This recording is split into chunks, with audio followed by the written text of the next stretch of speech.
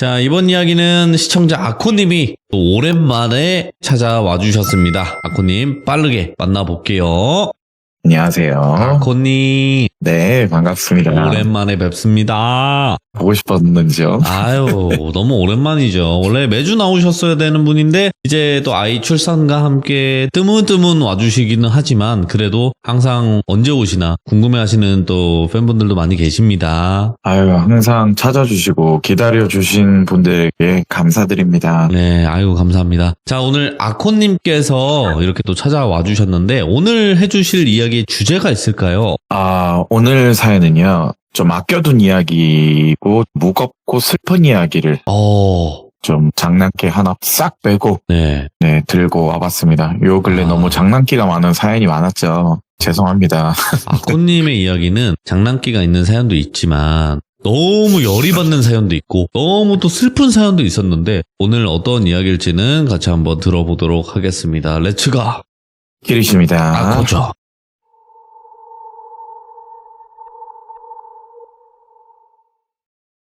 오늘 사연은 말씀대로 좀 무거운 사연 하나 들고 왔는데요. 우리가 살고 있는 나의 조국 대한민국, 미우나 고우나 저는 대한민국 국민으로서의 삶을 현재 살아가고 있습니다. 사연을 하기 전 우리 대한민국을 지켜주시고 또 잘 유지해주신 우리의 선조님들과 조상님들, 그리고 현재 국군 여러분들께 감사함을 우선 전달드리고요. 먼저 제가 이 말씀을 드린 이유는 제가 현재 우리말을 쓸 수 있다는 고마움이 무겁게 느껴지는 사연이 생각이 나서 말씀을 드리는 건데요. 시기는 2016년, 대략 10년 전 사연인데 저는 이 당시 개인적으로 정말 운이 좋았던 시기여서 금전적이나 시간적이나 모든 게 여유가 많았던 정말 행복한 시기였거든요. 그러면서 당시 제가 조금 이롭게 살고 작게나마 좋은 일을 하고 싶다는 생각이 실천으로 또 바뀌었던 시기이기도 해요. 당시 저는 유기견 관련해서 봉사도 나가고 동물들 인보도 제가 1년 가까이 했었고 나름 크지는 않지만 기부도 해보고 생활고를 겪고 있는 어르신들에게 도시락 전달, 여러 봉사를 좀 해봤었거든요. 어느 한날 한기라는 친구와 그리고 산이 이렇게 세 명이 경상도에 있는 시골 한적한 마을에 봉사를 개인적으로 나간 적이 있어요. 앞에 말대로 단체를 통해서 나간 게 아니라 개인적 봉사는 주로 산이가 봉사를 다니는 곳으로 저희들이 낑겨서 따라가서 작게나마 도움이 될 수 있었던 그렇게 했던 시기거든요. 주로 가면 어르신들과 놀아드리고 청소도 해주고 그런 몇몇 집을 방문을 했는데 대부분 방문한 집들은요 공통점이 있어요. 바로 우리나라를 지켜주신 참전용사분들이었어요. 전쟁의 흔적으로 그로 인해서 대부분 어르신분들이 몸이 성치 않으신 분들이 사실 대부분이셨어요.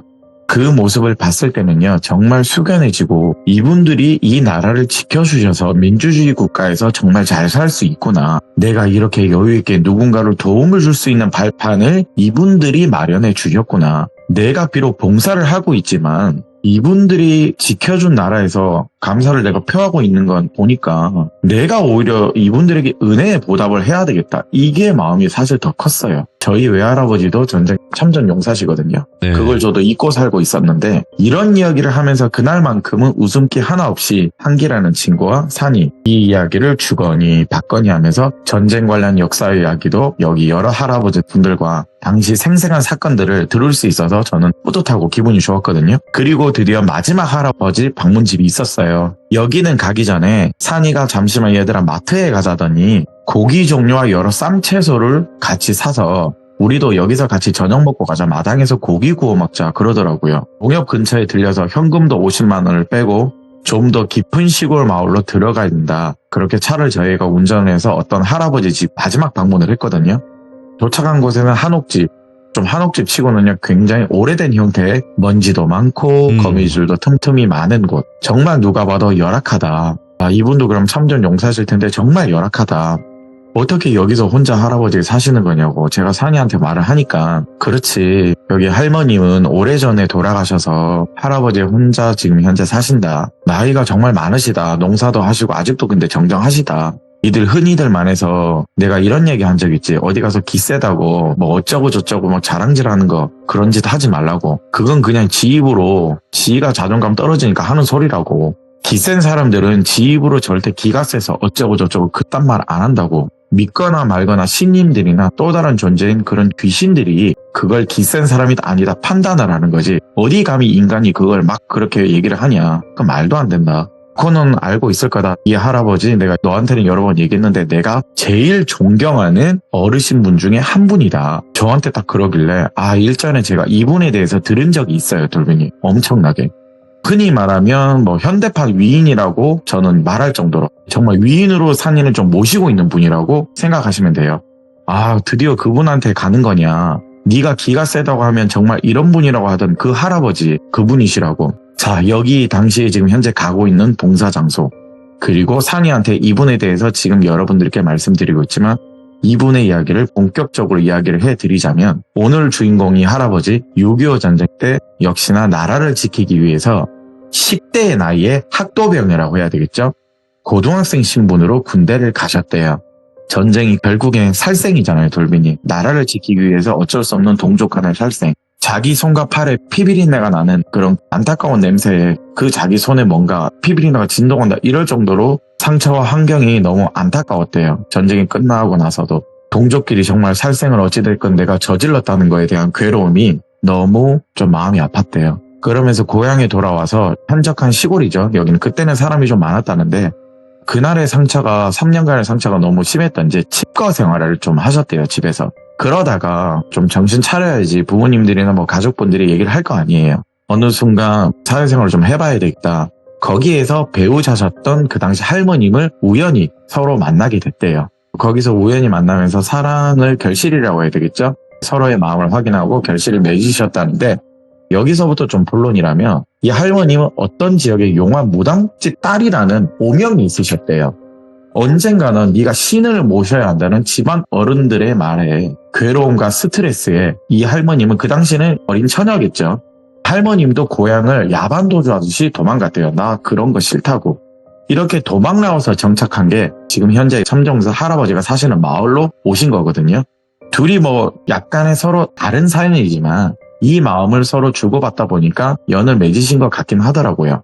그렇게 두 분이 각자의 사연을 가지고 그 모진 가난한 시절을 견딜 거 아니에요. 배가 고프면 산에 가서 나물과 칡뿌리를 캐고 강가에 물고기를 잡으면서 부족한 영양 보충을 할 거고 그 당시는 지금보다 더 추울 거 아니에요. 더 더울 거기도 하고 혹독한 더위와 추위 속에 농사까지 지내면서 서로 간의 애칭이 그럼에도 불구하고 그 당시 애칭이 꽃서방님과 꽃아씨였대요. 그 당시 애칭이 참 귀엽죠. 지금 저희만 들으면요. 그때 당시 감성이 지금하고 비슷하네요. 어르신 제가 그때 말을 했거든요. 그렇지 꽃서방 꽃아씨 서로 애칭을 부르면서 애틋하게 두 분이서 가난하지만 행복하게 지내셨대요. 무슨 이유에서는지 제가 뒤에 말씀을 드리겠지만 일찍이 만나셨음에도 불구하고 두 분 사이에는 후사라고 해야 되겠죠. 아이는 없으셨어요. 나이는 점점 더 먹어가고 그래도 서로 간에 손만 잡아도 너무 행복했대요. 점점 나이가 들더라도. 그렇게 80년대로 들어섰대요. 당연히 6.25 이후에 만났으니까 80년대 들어서면 두 분의 나이는 중년의 나이로 접어들 거 아니에요. 그때부터 앞에 말씀드린 대로 할머님이 무당집의 자녀답게 비록 도망을 나왔지만 점점 이상함을 느끼기 시작을 했대요. 80년도에. 제가 산이한테 당시에 들었을 때도 그랬고 네. 그 할머님이 용암 무당집 딸이었다고 했었고 저도 최근에 후손분들이 해야 되겠죠? 이 당집을 다녀온 적도 있어요. 언젠가는 그 신병 증상이 행여나 되물림돼서 온다고 한다면 조금씩이나마 혹은 크게나마 나타날 수도 있지 않을까라는 어르신 부부가 사실은 생각은 그 당시에 하고 있었대요. 근데 중년의 나이에 할머니 꿈에서 드디어 반응이 나오셨는데 어떤 반응이 처음으로 시작된다면 할머니 꿈에서요. 마을의 주변 지인이나 일터에서 만난 여러 지인이 있을 거 아니에요. 동네 분들. 근데 그분들이 죽은 게 아니거든요. 산 사람이 꿈에 나타나서 뭐 동네에 가고 뭐 마을에 가고 읍에 가면 만날 수 있는 사람인데 간혹 몇몇이 할머니 꿈에 나타나서 저기 아줌매요. 내 그림자가 이상하다. 내 그림자가. 이 그림자라면 날씨 따라 햇볕 따라 이 뭐 여러 환경 따라 다른 그림자의 크기지 않느냐. 근데 유독 내 그림자는 그거와 상관없이 어떤 분은 내 그림자가 너무 작고 어떤 분은 너무 그림자가 크대요. 왜 내 그림자는 남들과 다른 크기의 형태이고 왜 이놈의 그림자는 왜 이렇고 이게 맞는 거냐. 예. 대뜸 꿈에서 주변 지인들이 꿈속에 나와선 살아있는 분들이세요. 꿈속에 나와선 저런 하소연을 하는데 꿈에서 깨고 나면 꿈속에 나왔던 분들, 시간이 어느 정도 지나니까 이분들이요, 1년을 못 버티고 그대로 세상을 떠나시더래요.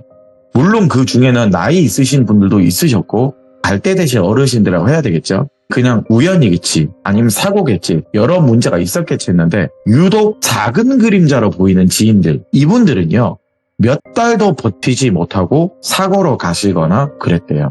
그리고 그 꿈의 횟수가 점점 늘어나고 어느 날 젊은 총각 애들까지 나와서는 내 그림자가 아줌매요 할매요 너무 작은 거 아니요, 왜 이렇게 작나요? 제 키는 이렇게 작은데 왜 그림자는 이렇게 크고, 어떤 친구는 내가 등치가 이런데 그림자는 왜 이렇게 작고요, 옆에 있는 사람 그림자보다 내가 더 작잖아, 울면을 막 터하더래요. 분명 다음날 보게 되면 이 멀쩡한 사람인데 왜 저 산 사람이 왜 내 꿈에 나타나서 지 그림자 얘기를 하냐, 누구는 작고 누구는 크다, 왜 나한테 이런 하소연을 하냐.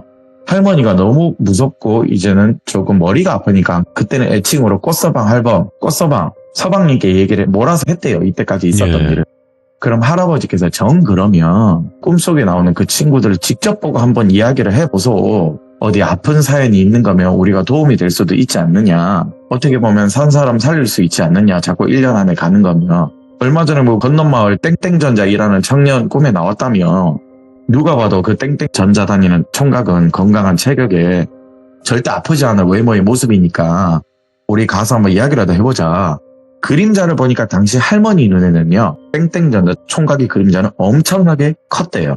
등치도 좋은데도 근데 그 그림자는 더 컸대요. 당연히 건장한 청년이니까 별일 없겠지, 내가 이런 얘기를 해도 괜찮겠지 해서 옆에 계신 우리 할아버지, 꽃서방 할아버지와 가서 이야기를 한번 해봤대요. 근데 할아버지가 그 청년을 보고 할매요, 뭐 우리 아씨 뭐 보이는 거 있어, 뭐 아까는 뭐 정상적인 크기이고 내가 봤을 때는 또 그림자나 내 그림자나 비슷한데 뭐 정상적인 크기인 같은데. 그런데 여기서 할머니, 꼬다씨 할머니 말씀이요, 서방 아니라고 너무 크다, 그림자 너무 커. 아니 그림자가 내 눈에는 뭐 할매랑 나도 이 청년이랑 비슷한데, 아니 무슨 말이냐고, 그림자 크기 정상적이네 내 눈에는. 근데 꼬다씨 할머니 눈에는요, 아니라고, 내 눈에는 너무 크다, 좋게 봐도 이거 말도 안 되는 뭐 3m 5m 이상 크기다. 이걸 듣던 청년은요, 저기 아주머니 아저씨 이게 무슨 말씀이냐고, 제 그림자가 뭐 크다니요. 일단 당시 할아버지는 좀 오해할 만한 소지의 내용이 자꾸 오가니까 아유 아니라고, 아이고 등치도 좋고 얼굴도 잘생겨, 그래서 그림자도 크게 뭐 보이는가 보다 우리 할매가, 그냥 급하게 손을 잡고 일단 그 자리를 떠나셨대요. 그리고 또다시 할머니가 할아버지께 말씀드린 거, 서방 정말 아니다, 그림자 너무 컸다, 이때까지 본 그림자 중에 가장 컸다, 저거 정상적인 그림자 크기 아니다, 빌딩만하다, 내 눈에만 그렇게 보이는 거면 이게 분명 조화롭지 못한 안 좋은 상황이 분명 벌어진다, 이런 말씀을 그 당시 할아버지한테 하셨대요. 그러면 우리 꼬다씨 말대로 그럼 저 청년도 1년 안에 간다는 소리잖아. 아이고 무슨 큰일 치는 거 아니냐, 점점 신경이 쓰이더래요. 그래서 할아버지가 뭐 이미 우리가 이렇게 되면 알아봤으니까 저 청년에 대해서 좀 알아봐야 되겠다, 그러면서 이리저리 아까 말한 땡땡전자 청년에 대해서 알아봤대요. 건실하고 열심히 일하는 청년을 도우려고 알아본 건데 주변이나 여러 사람을 찾아가서 물어봤대요. 근데 여기서 좀 이상한 답변을 하나 들었는데, 그러고 보니 저기 땡땡전자 저 청년 우리 지역 토백이 사람은 아니라고 하는데, 또 자기 말로는 여기가 어릴 때 이사가서 어릴 때는 살아서 그냥 고향에 돌아온 거라고 하는데, 근데 뭐 조회를 하고 사람 물어봐도 어릴 때 저 청년을 본 사람은 없다, 아는 사람도 없고, 그냥 여기 뭐 대리점 하나 내서 전자대리 하나 내서 열심히 여기서 돈 벌려고 뭐 틈새 시장 온 건지 그냥 그렇게 왜 온지는 모르겠는데 그러고 있는 것 같다. 뭐 주변에 지인도 없는 것 같아요. 지 혼자 뭐 끝나고 퇴근하고 집에 가는 거 보면. 그걸 들으시던 할아버지는요, 뭐지 그럼? 내가 저 청년 본 지도 몇 년은 됐는데 여기 사람이 아니면 어쩌다가 여기까지 흘러 들어왔는지 따지고 보니까요, 80년대라도 젊은 총각들은요 오히려 도시를 가는 게 정석이래요. 근데 이런 시골 마을로 읍으로 오지는 않거든요. 아, 그냥 그렇게 남의 일이니 그러니 하고 넘어갔대요. 그때는요. 집에 와서는 꼬다씨인 부인한테, 할머님한테 얘기를 하니까 여기 사람은 아닌 것 같고 문제는 없어 보인다, 젊은 총각이 뭐 조용한 데 살고 싶어서 여기서 사는 거란다, 그냥 대충 안심한다고 거짓말을 했대요. 근데 할머니께서는 아이고 야 모르겠다. 난 너무 머리가 아프다. 저 총각 보니까 너무 머리가 아프고요. 네. 아유 조금 더 시간이 지나 의대 가면 5일자는 좀 열리는데 아이고 내가 여러모로 지금 이런 생각을 하는 게 왜요? 너무 머리 아프요. 5일장에 당분간은 우리 서방에 좀 나갔으면 좋겠어. 이렇게 해서 당분간은 집에서 좀 꿈자리 때문에 쉬고 있었거든요. 네. 그런데 유독 그 그림자 땡땡전자 청년은 유독 그림자가 컸다고 했죠. 한 달 정도 시간이 지나니까요. 또 돌아오는 5일장에 안 좋은 소문이 하나 들리게 됐더래요. 땡땡전자이라는 청년이 얼마 전에 누군가의 다구리를 통해서 폭행을 엄청 심하게 당해서 현재 병원에 입원을 했대요. 너무 참혹하게 폭행을 당해서 병원에서 일어나기 힘들 것 같다는 이런 소문이 벌써 의뢰 5일장 시장에 파다하게 듣게 됐대요. 자, 좀 순환해서 말을 했지만 조금 더 세게 말씀드릴게요. 할머니였대요. 할머니와 할아버지는 또 한 번 손이 달달달달 떨리면서 유독 큰 그림자는 그럼 간다는 소리구나. 결국에는 며칠 지나서 그 청년은요, 사망 소식에 시장 통해 또 소문이 돌게 됐대요.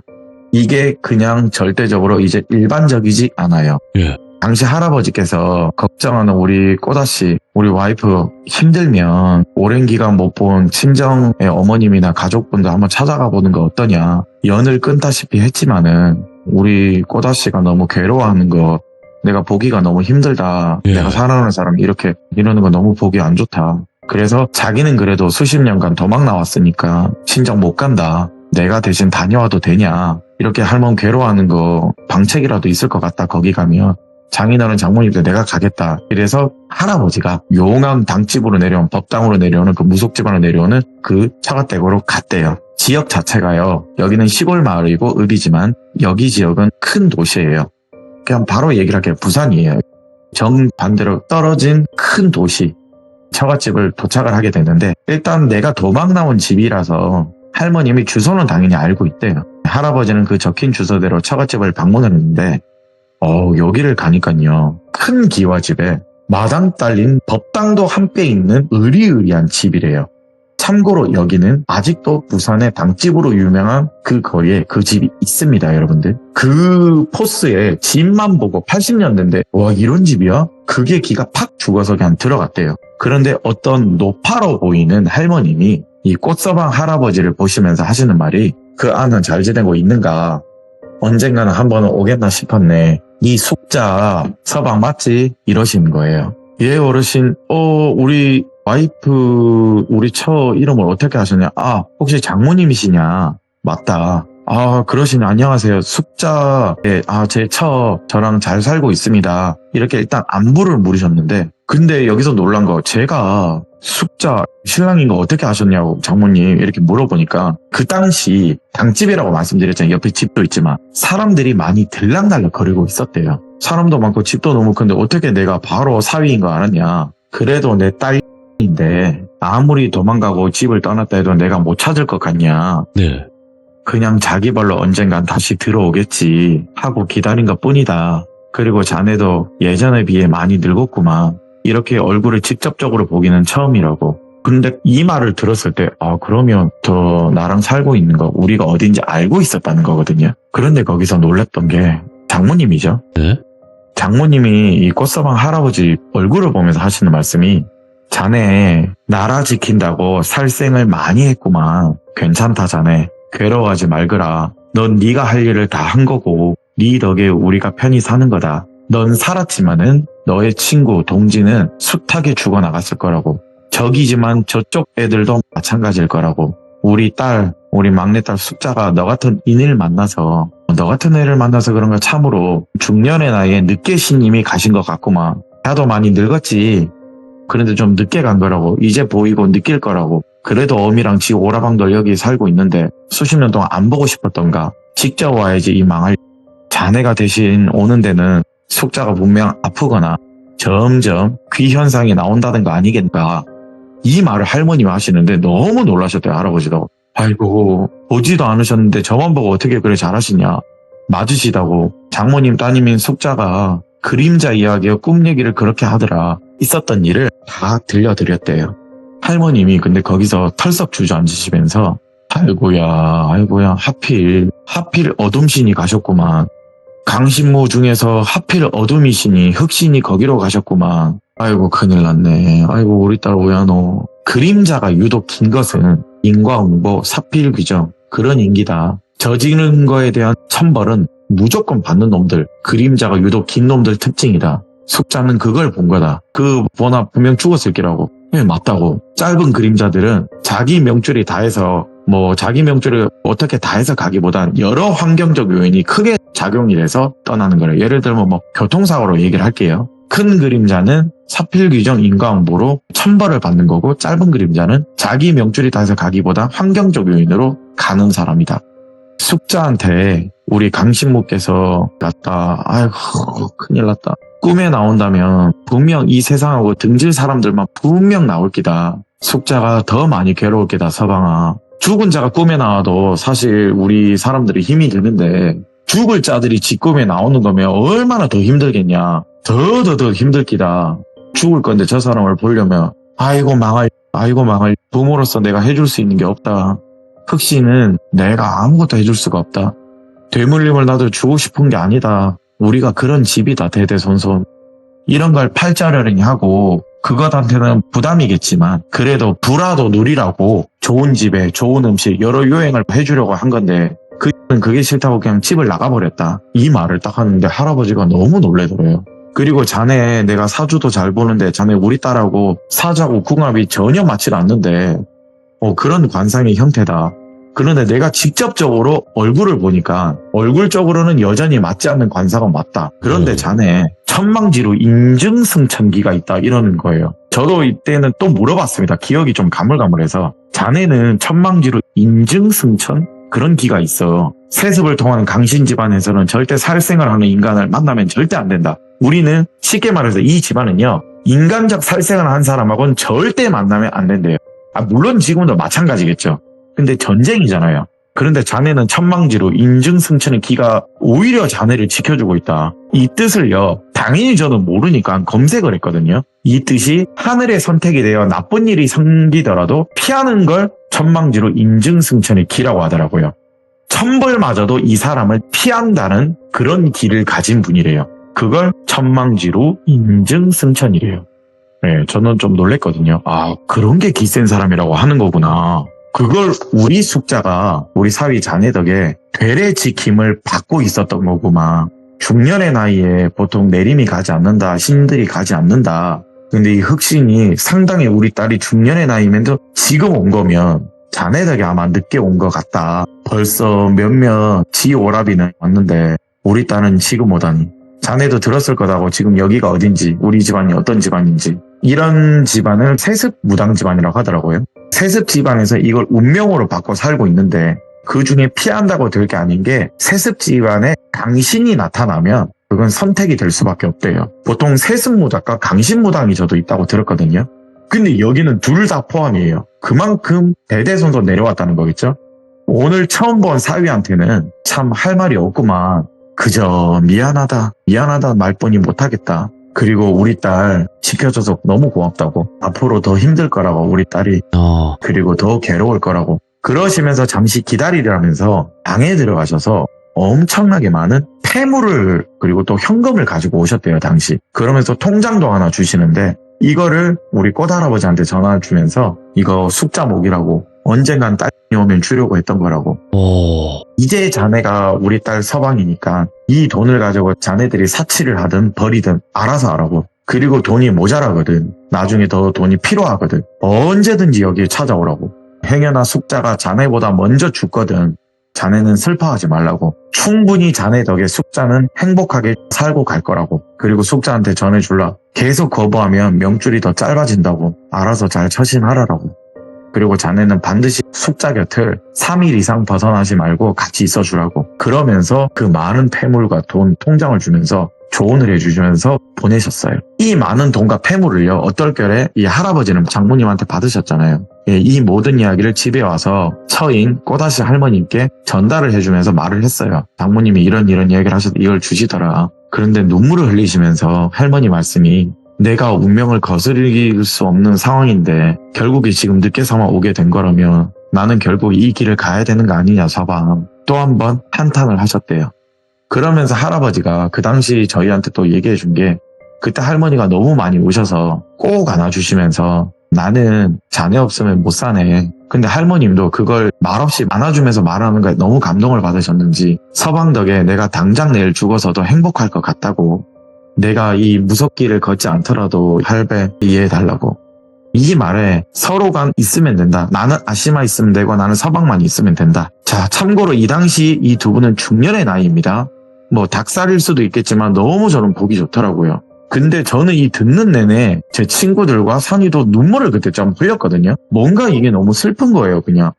많은 돈과 폐물을 할머니가 할아버지 이제 쓰고 싶은 대로 여유 있으니까 쓸 수 있잖아요. 근데 할머님이 할아버지께 말씀을 드리는 게 뭐냐면 할배, 이거 돈은 이제 내가 할배 거니까 우리 꽃서방 할배 거니까 할배가 쓰는 거면 내가 쓰는 거랑 다름없다고. 평소에 쓰고 싶었던 데 쓰라고. 근데 할아버지가 이때 당시 여유가 되면 꼭 해보고 싶었던 게 있었대요.